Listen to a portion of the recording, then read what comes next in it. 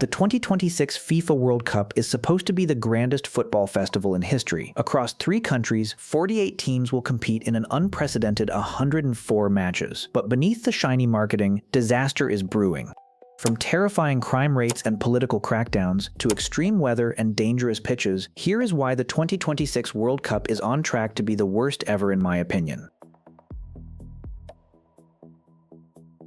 The problems start right on the pitch. Just a few days ago, a training video of the Senegal national team went viral, immediately sparking massive fears about player safety. The footage showed players practicing on a US pitch where the ball barely bounced at all. Outraged fans have pointed out that playing on these subpar surfaces is a recipe for severe player injuries. The Senegalese team is currently in the US for World Cup preparation friendlies against the United States in Charlotte and Saudi Arabia in San Antonio.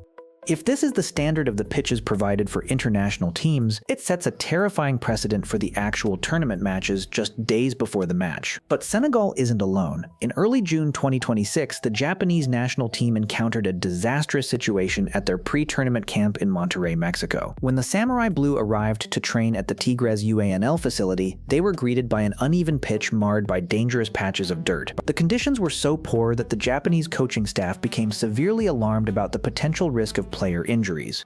The delegation was so frustrated that they considered leaving Monterrey entirely before eventually forcing a last-minute switch to a completely different training facility. If elite national teams can't even secure safe grass for a practice session just days before the tournament, how will the pitches survive a grueling 104-match schedule? But the grass is only the beginning. The logistical nightmare of a tournament spread across the United States, Canada, and Mexico is threatening to ruin player performance. The heat. Roughly a quarter of the 104 matches are likely to be played in conditions that exceed the safety limits recommended by FIFPro. This represents almost twice the heat risk seen during the 1994 World Cup. The travel. The sheer vastness of North America means teams are facing punishing travel schedules. The crucial 24 to 48 hours after a match are meant for recovery, but spending this window inside an airplane cabin drastically harms player recuperation. The recovery. According to sports performance experts, the crucial 24 to 48 hours after a match are meant for recovery, but spending this window inside an airplane cabin drastically harms player recuperation. Players will be forced to adapt to brutal environmental whiplash, such as playing in the cool climate of Canada, and just days later, competing in the warm, high-altitude conditions of Mexico City. If the players are suffering, the fans are dealing with an entirely different nightmare. We are seeing incredibly low numbers of traveling fans due to the sheer cost of attendance. The ticket to the World Cup final in New York City costs up to $10,000 or more. For context, the most expensive ticket for the 2022 World Cup final in Qatar was only around $1,600. Meanwhile, luxury travel planners are selling 6-figure World Cup itineraries to the ultra-rich, completely pricing out the everyday fan.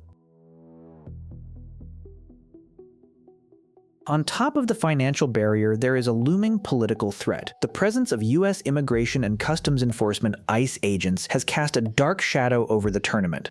Over 120 civil society groups have issued a severe travel warning to potential visitors regarding serious rights violations, arbitrary denial of entry, and the risk of arrest or deportation.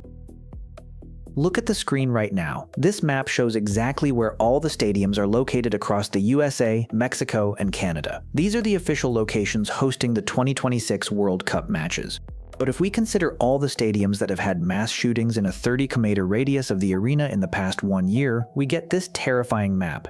In Atlanta, not just 1, but 2 mass shootings have happened practically next door. In May 2026, 4 people were shot in the South Downtown neighborhood, which is essentially right next to the stadium. Before that, in July 2025, another mass shooting just 3 kilometers away on Edgewood Avenue left 1 person dead and 10 others injured. In Houston, on January 1, 2026, a mass shooting at a New Year's Eve house party left 5 people wounded. That location is just 8 to 11 kilometers away from where tens of thousands of international fans will be gathering for matches. And in New Jersey. On July 2025, one of the deadliest mass shootings in New York City since 2000 occurred inside a building in Midtown Manhattan, just 13 to 15 kilometers away from the MetLife Stadium, leaving 4 people dead, including a police officer. Fans aren't just worried about overpriced tickets. They are traveling into areas with active recent histories of extreme gun violence. Combine this fear with the exorbitant travel costs, ice crackdowns, and the dangerous heat, and you have to ask, is this tournament safe at all? And honestly, just as I was editing this video, an entirely new scandal dropped. The US denied visas to a large portion of Iran's delegation. We're talking about staff and players, and they have been informed that for every game they have to play on US soil, they must enter and leave the country the same day. The Iranian team had to move their training base to Tijuana, Mexico just to comply. But it gets worse. Award-winning Somali referee Omar Abdulkadir Artan was set to make history at this tournament. He flew into Miami on a diplomatic passport. US border control stopped him, denied him entry, and put him straight on a flight back to Istanbul. The 2026 World Cup was supposed to be a celebration. Right now, it looks like a catastrophe. Let me know in the comments, is this tournament already ruined?